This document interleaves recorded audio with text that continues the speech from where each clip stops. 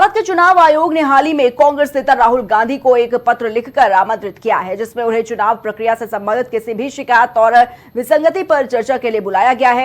यह कदम तब उठाया गया जब राहुल गांधी ने महाराष्ट्र विधानसभा चुनावों में कथित धांधली के आरोप लगाए थे। इस निमंत्रण में न केवल राजनीतिक गलियारों में हलचल मचाई है, बल्कि ये भी दर्शाता है कि चुनाव आयोग अपनी पारदर्शिता और जवाबदेही को लेकर कितना गंभीर है। ये लेख इस मुद्दे के विभिन्न पहलुओं और इसके संभावित प्रभावों पर प्रकाश डालता है। राहुल गांधी ने कई मौकों पर महाराष्ट्र चुनाव को लेकर सवाल खड़े किए हैं।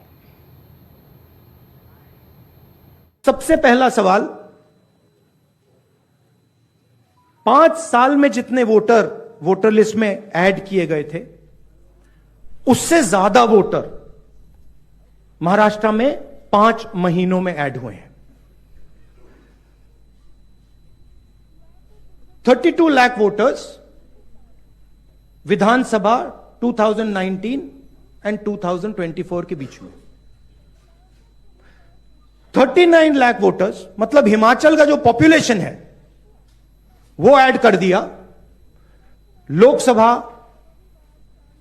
2024 एंड विधानसभा 2024 के बीच में। यह पहला सवाल है। ये जो एडिशनल वोटर्स ऐड किए हैं, ये हैं कौन, ये कहां थे और ये कहां से आए? पहला सवाल। दूसरा सवाल, बहुत महत्वपूर्ण सवाल, महाराष्ट्र का पॉपुलेशन सरकार के मुताबिक, महाराष्ट्र का अडल्ट पॉपुलेशन सरकार के मुताबिक 9.54 करोड़। महाराष्ट्र का adult population 9.54 crore. Election commission के मुताबिक महाराष्ट्र में 9.7 करोड़ वोटर्स हैं।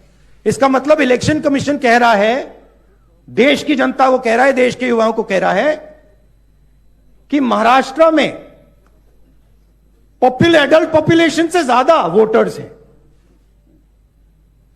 यह कैसे हो सकता है? तीसरा सवाल, यह एक उदाहरण है, कामठी विधानसभा। यहां पे कांग्रेस पार्टी को लोकसभा में 1.36 लाख वोट मिला है। विधानसभा में तकरीबन उतना ही वोट हमें मिला, 1.34 लाख। यह चुनाव हम जीते, लोकसभा वाला। लोकसभा के चुनाव में बीजेपी को 1.19 लाख वोट मिलता है। इस कंस्टिट्यूएंसी में 35,000 नए वोटर्स ऐड होते हैं और वो 35,000 के 35,000 वोटर सीधे बीजेपी के खाते में जाते हैं और बीजेपी चुनाव जीतती है। यह एक उदाहरण है, ऐसे महाराष्ट्र में अनेक उदाहरण हैं।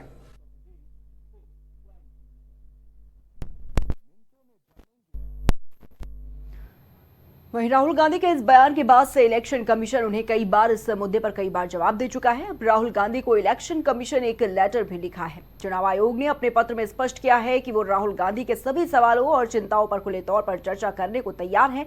आपको बता दें कि राहुल गांधी ने महाराष्ट्र विधानसभा चुनावों के संदर्भ में कुछ गंभीर आरोप लगाए थे, जिसमें उन्होंने इलेक्ट्रॉनिक वोटिंग मशीनों की विश्वसनीयता और मतगणना प्रक्रिया पर सवाल उठाए थे। इन आरोपों ने विपक्षी दलों और जनता के बीच व्यापक बहस भी छेड़ दी थी। वहीं बिहार में इस वक्त सियासी हलचल काफी तेज देखने को मिल रही है। साल के अंत में इस बार बिहार में चुनाव होने हैं और ऐसे में सभी सियासतदान अपने कील कांटे दुरुस्त करते देखे जा रहे हैं। इस क्रम में राजद भी सियासी वैतरणी को पार लगाने के लिए पूरी ताकत झोंकती नजर आ रही है। इस बीच बिहार के सियासत में राष्ट्रीय जनता दल के संस्थापक और दिग्गज नेता लालू प्रसाद यादव को एक बार फिर पार्टी का राष्ट्रीय अध्यक्ष चुना गया है। यह उनका लगातार 13वां कार्यकाल होगा। वो इस पद पर निर्विरोध निर्वाचित हुए हैं। आरजेडी के राष्ट्रीय निर्वाचन पदाधिकारी रामचंद्र पूर्वी ने इस बात की आधिकारिक घोषणा की है।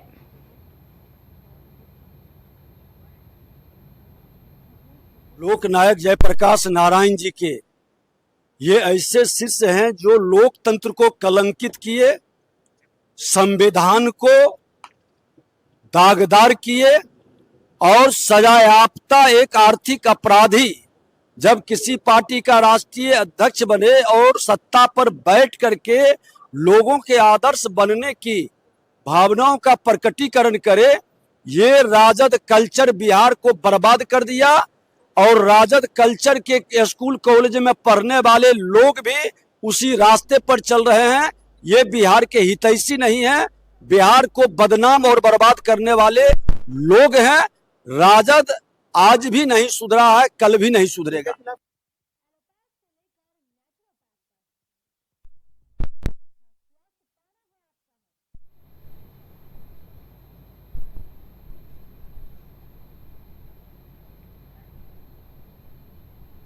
खबर की अहम बात यह है कि इस साल के अंत में होने वाले चुनाव के लिए राजद लालू यादव की छाया तले दम भरती नजर आने वाली है। हालांकि तेजस्वी ने अपनी जमीन खुद तैयार की है, लेकिन आज भी बिहार में राजद लालू के नाम से जानी जाती है। इसलिए चुनाव से पहले राजद का यह दाव उसके लिए ही फायदेमंद साबित होगा।